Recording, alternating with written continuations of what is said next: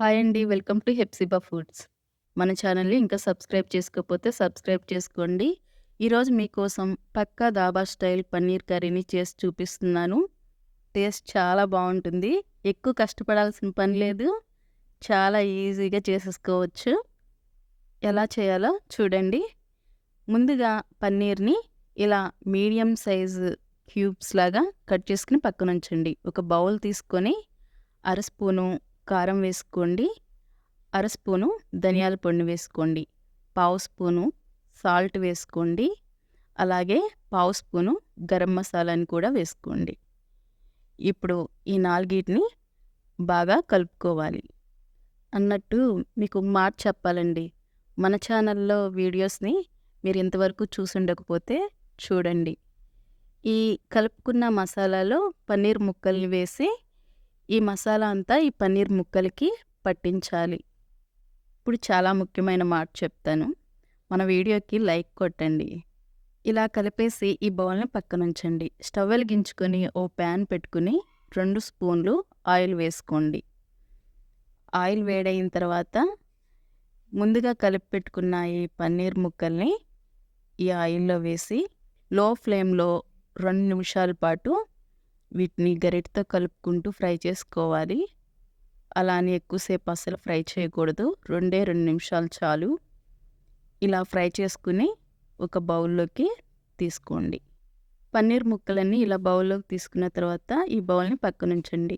అదే ఆయిల్‌లో ఒక కప్పు ఆనియన్స్‌ని పొడవుగా కట్ చేసుకుని వేసుకోండి. ఒక కప్పు టమాటా ముక్కల్ని వేసుకోండి. వీటిని లో ఫ్లేమ్‌లో ఒక 5 నిమిషాల పాటు ఈ టమాటా ముక్కలు సాంతం మెత్తబడేంత వరకు మగ్గించుకోవాలి. ఇవి పూర్తిగా చల్లారిన తర్వాత మిక్సీ జార్‌లోకి తీసుకోవాలి. ఇలా మిక్సీ జార్‌లోకి వేసుకున్న తర్వాత మెత్తగా గ్రైండ్ చేసుకోవాలి. చూడండి, ఇలా మెత్తగా గ్రైండ్ చేసుకొని పక్కనుంచండి. ఇప్పుడు ఒక కడాయి తీసుకొని 2 స్పూన్లు ఆయిల్ వేసుకోండి.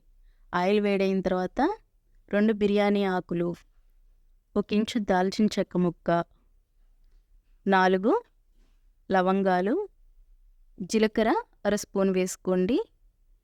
వీటిని లో ఫ్లేమ్‌లో 1 నిమిషం పాటు ఇలా గరిటెతో కలుపుకుంటూ ఫ్రై చేసుకోవాలి. ఈ జీలకర్ర వేగిన తర్వాత ముందుగా గ్రైండ్ చేసి పెట్టుకున్న ఆనియన్ టమాటా పేస్ట్‌ని వేసుకోవాలి. ఈ పేస్ట్ వేసిన తర్వాత లో ఫ్లేమ్‌లో 2, 3 నిమిషాల పాటు ఫ్రై చేయండి. ఇలా వేగిన తర్వాత ఫ్రెష్‌గా దంచిన అల్లం వెల్లుల్లి పేస్ట్‌ని ఒక స్పూన్ వేసుకోండి. అల్లం వెల్లుల్లి పేస్ట్ వేసిన తర్వాత 5, 6 నిమిషాల పాటు బాగా కలుపుకుంటూ వేయించుకోవాలి. లో ఫ్లేమ్‌లోనే వీటిని వేయించుకోవాలి. పావు స్పూను పసుపు వేసుకోండి. అలాగే 2 స్పూన్లు కారం వేసుకోండి. ఒక స్పూను ధనియాల పొడిని వేసుకోండి. అలాగే టేస్ట్‌కి తగ్గట్టుగా సాల్ట్ వేసుకోండి. కొలతలో అంతా ఇంత అని చెప్పే కన్నా కూడా ఉప్పు తగ్గట్టుగా వేసుకోండి. వేయించిన జీలకర్ర పొడిని అర స్పూన్ వేసుకోండి. ఈ మసాలాలన్నీ బాగా కలిసిపోయేలాగా ఇలా బాగా ఒకసారి మిక్స్ చేసుకోవాలి. ఇలా మిక్స్ చేసుకున్న తర్వాత 3, 4 స్పూన్లు పెరుగు వేసుకోవాలి. ఈ పెరుగు మరీ పుల్లగా ఉండకూడదు. పెరుగు వేసేటప్పుడు మంటని లో ఫ్లేమ్‌లో ఉంచుకొని గరిటెతో ఈ పెరుగు బాగా కలిసిపోయేలాగా ఒక 2 నిమిషాల పాటు బాగా కలుపుకోవాలి. ఇలా కలుపుకున్న తర్వాత గ్రేవీకి తగ్గట్టుగా ఒక కప్పున్నర నీళ్లు పోసుకోవాలి. ఈ నీళ్లు పోసి ఒకసారి గరిటెతో బాగా కలుపుకోవాలి. ఇలా కలిపి ఒక 5 నిమిషాల పాటు ఈ గ్రేవీని ఉడికించుకోవాలి. ఇలా ఉడికి ఆయిల్ పైకి తేలేటప్పుడు ముందుగా ఫ్రై చేసి ఉంచుకున్న పన్నీర్ ముక్కల్ని వేసి ఒకసారి గరిటెతో బాగా కలుపుకోవాలి. ఇలా కలుపుకుంటూ పన్నీర్ ముక్కల్ని 3 నిమిషాలు ఉడికించుకోవాలి. ఇక చివరిగా ఒక స్పూను కస్తూరి మేతిని వేసుకోవాలి. కస్తూరి మేతి ఇలా వేసిన తర్వాత అర స్పూను గరం మసాలాని వేయాలి.